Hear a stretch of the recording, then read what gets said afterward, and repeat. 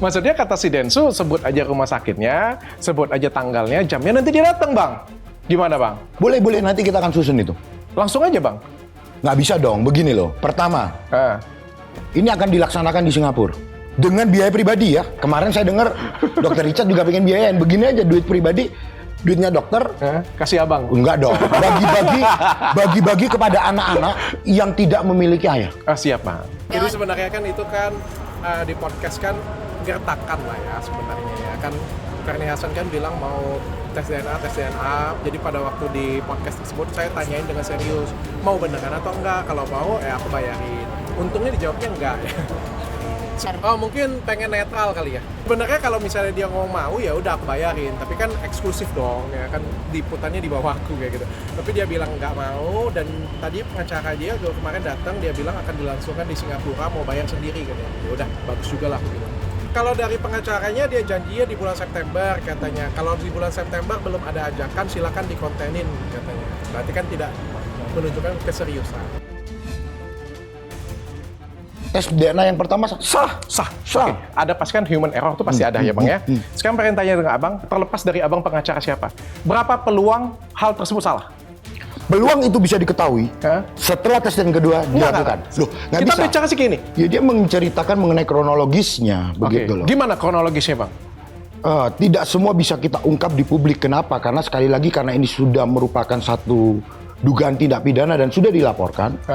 Tentu pertarungan kita itu adalah pertarungan dalam hukum. Klien kami mengatakan ada senggol begitu mengenai masa lalu dari si Ferny yang disampaikan di podcast. Kalau nggak salah waktu itu dengan Dokter Richard. Iya. Ya kan? Lalu kemudian, nah itulah mulai... Bang Densu melakukan menyenggol kayak gitu. Nah, itulah mulai ada opini-opini yang menyerang di media sosial. Nah, di situ dia berpikir untuk kepastian dan keyakinannya dia meminta untuk melakukan tes DNA. Kepada siapa kan tidak ditujukan. Dari statement beliau kan beliau tidak menjelekkan ya. Cuma mereka mau untuk tes yang kedua aja.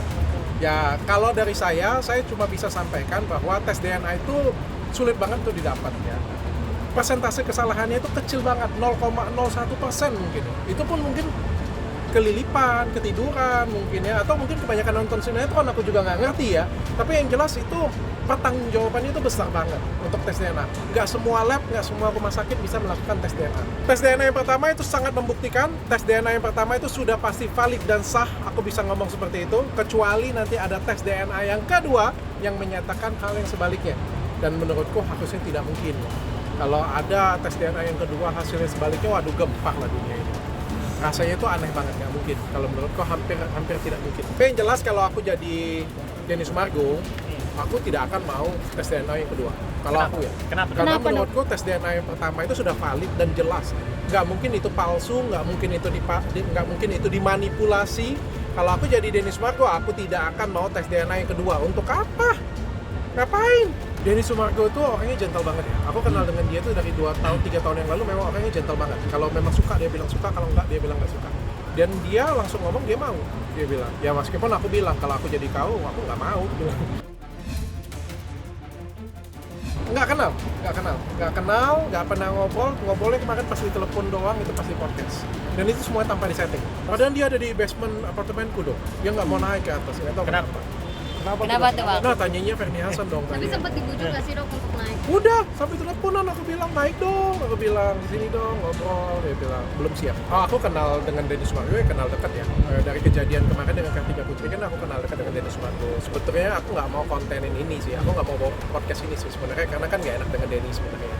Tapi pada waktu ngobrol sebentar, pada waktu itu aku lupa ya bahas apa ya. Ci Olivia bilang nggak ada masalah. Dia bilang, oh ya sudah, kalau aku bilang kalau nggak ada masalah aku bawain, aku bilang, dan aku bawa juga coba independen, aku bilang aku nggak pandang teman, aku juga nggak ada permusuhan, aku bilang aku coba sebagai host membawakan dengan gaya aku seperti biasa, itu aja sih sebenarnya.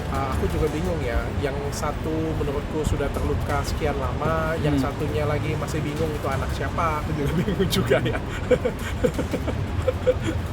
Ya kalau mau cepat selesai di tes DNA secepatnya aja lah, kan dua-duanya sudah mau juga.